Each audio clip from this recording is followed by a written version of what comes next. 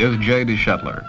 He is one of the 400,000 in Greater St. Louis who rely on the hope that is in your hands.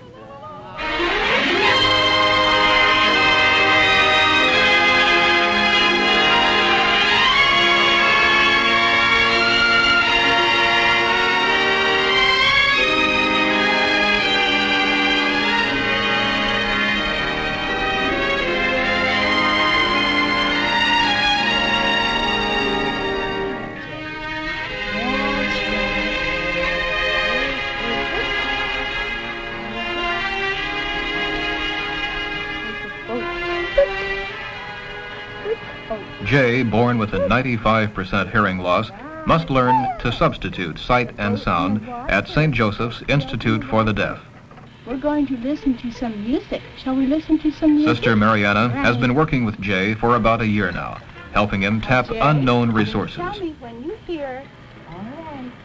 Now listen. With the aid of special amplifiers, 4-year-old Jay can experience the joy of music. Listen, we can hear. Without hearing, the process of identification becomes extremely difficult, yet it is partially overcome through make-believe situations. Progress is slow and at times taxing to the children. Therefore, the sisters supply the necessary encouragement when needed. Very good.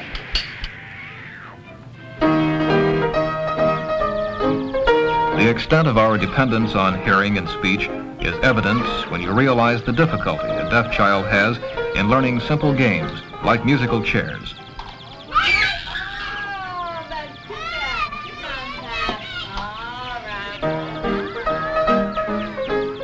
Obviously, it's not all work at St. Joe's. However, even the play is planned to reinforce the technical training.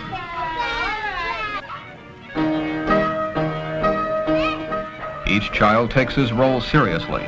The competitive spirit is very evident.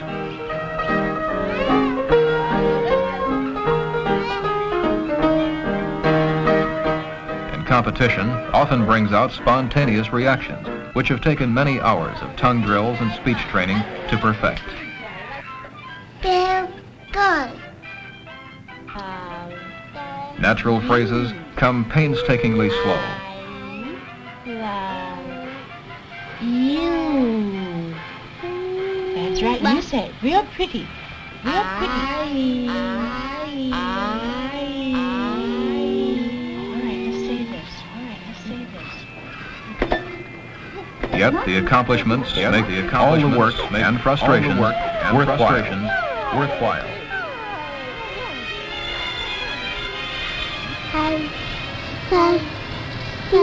Oh, I love you. Oh, I love you.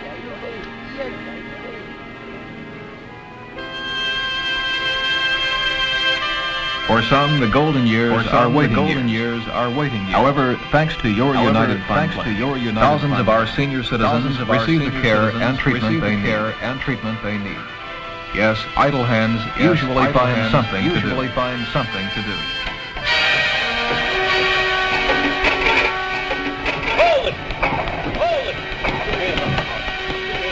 But sometimes the results may be tragic. Tough guy, a troublemaker, defiant, arrogant, a menace to society, maybe.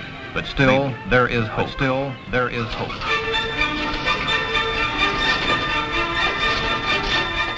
Here in the asphalt jungles of the inner city, the YMCA, one of the 21 youth-serving agencies your United Fund dollars support, is working to turn the tide of despair. Some kids can't or won't come to the Y, so the Y and its youthmobile goes to them. Trampolines and mats replace back alley hijinks. Professional group workers seek out the kids with natural leadership ability and channel it into organized recreational activities. provide the understanding and street corner life through the United Fund. You provide the opportunity to instruct your helping hands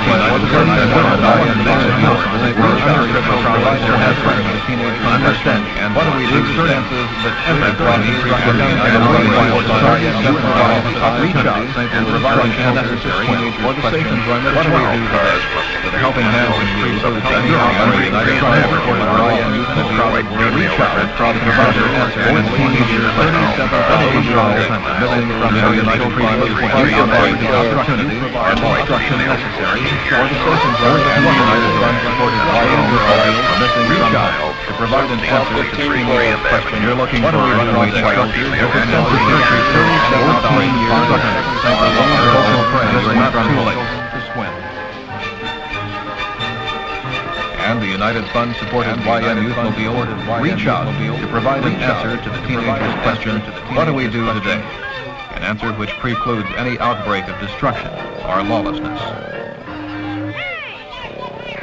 Attention all cars, missing juvenile from 1723 Grand Avenue. White female, 14 years old. 14 years old. A little girl missing from home. Reserve Park 15 clear.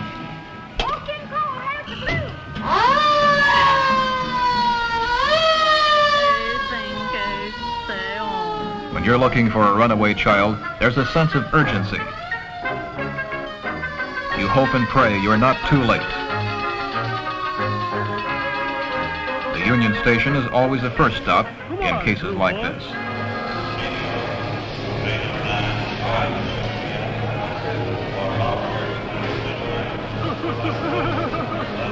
There. You could almost sense the feeling of loneliness, despair. It was the old story of a child driven into flight by shame and fear, panicked because she knew no place to go.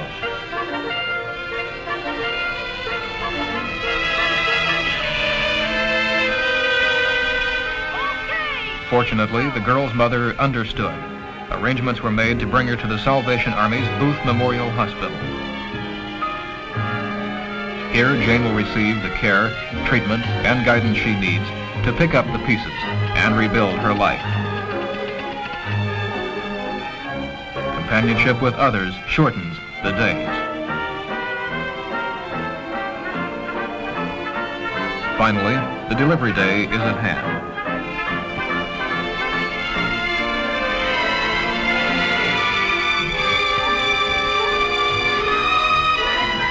It's not easy for a little girl to face this alone. However, Jane knows now she is not alone, thanks to the Salvation Army and its workers of mercy.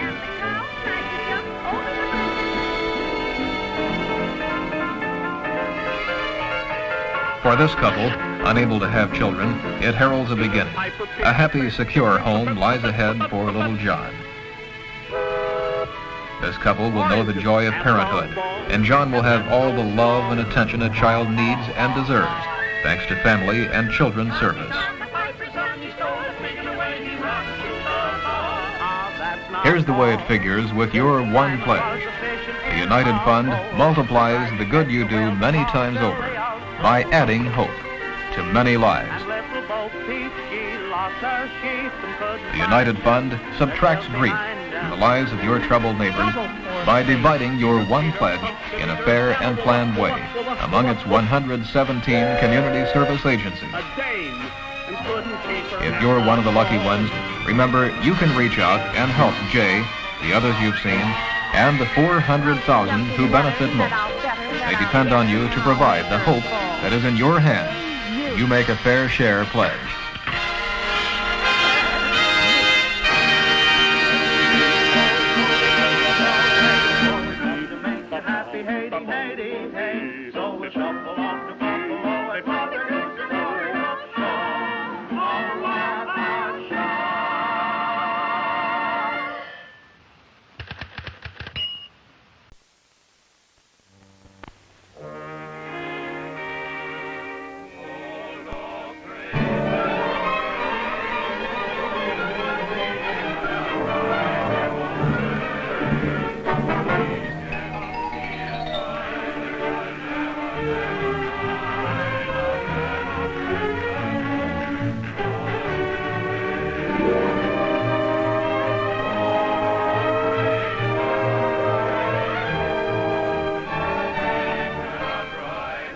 Stretching 340 miles down the Atlantic coast of the Iberian Peninsula is a small country about the size of Indiana. Portugal, an ancient land with a fascinating and complex history. Modern airliners land at Lisbon, where 1,200 years before Christ, the Phoenicians sailed up the Tagus River to found the capital of Portugal. Spreading over 7 hills, Lisbon is a fairy tale city of pastels, whose ancient and modern history can be read in its architecture, public monuments, and maritime emblems, and even in the faces of her people, who crowd the narrow, twisting streets of Alfama, the old Moorish section of town. From the Middle Ages on, Portugal was a leader in maritime exploration. Adventurers such as Vasco da Gama, Cabral, Diaz, and Magellan set forth in black ships from this majestic estuary of the Tagus, en route to the discovery of half the New World. At dawn, the waterfront echoes to the shouts of fishermen selling their pungent catch at auction, while the famous varinas, or fishwives of Lisbon, add their shrill notes to the early morning bustling commotion. Lusty, outspoken, and vigorous, the varinas walk barefooted down the streets with their large baskets of fish balanced gracefully on their heads.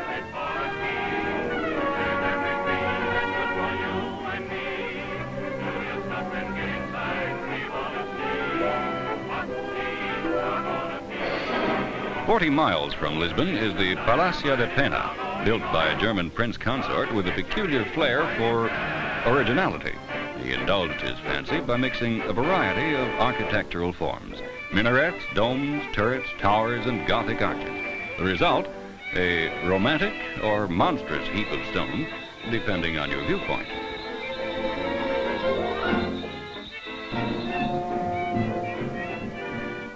Rising on blue granite above the River Douro is the animated city of Oporto, often called the northern capital of this country and famous for centuries for the excellence of its port wine.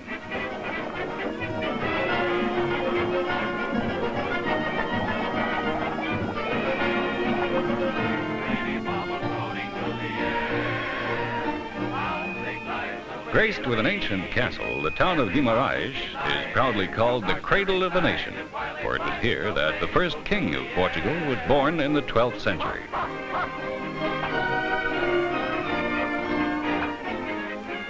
Just as the countryside varies delightfully from north to south, so too do the songs, costumes, and dances of the people. Each province takes great pride in its individuality. These are young people from the warm southern province of Algarve, enjoying one of the old circle dances in their village courtyard.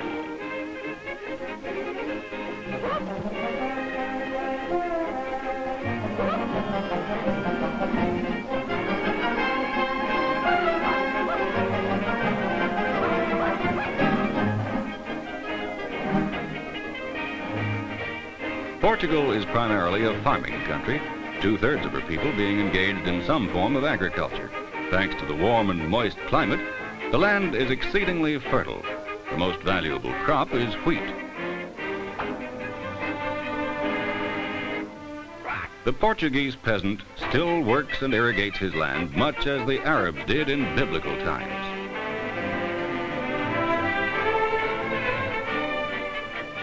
In a few sections of the country, the land is suitable for the growing of rice. And here, as in other provinces, women take over their share of the labor.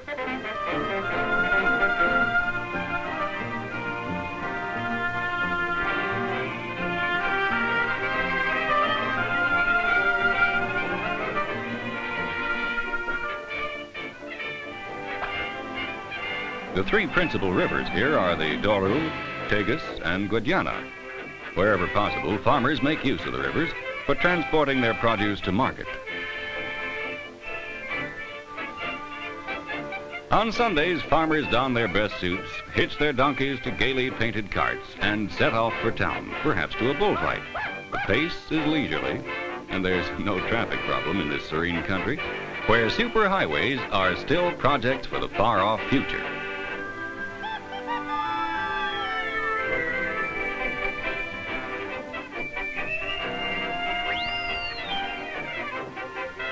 In a Portuguese bullfight, the bull is not killed and its horns are blunted.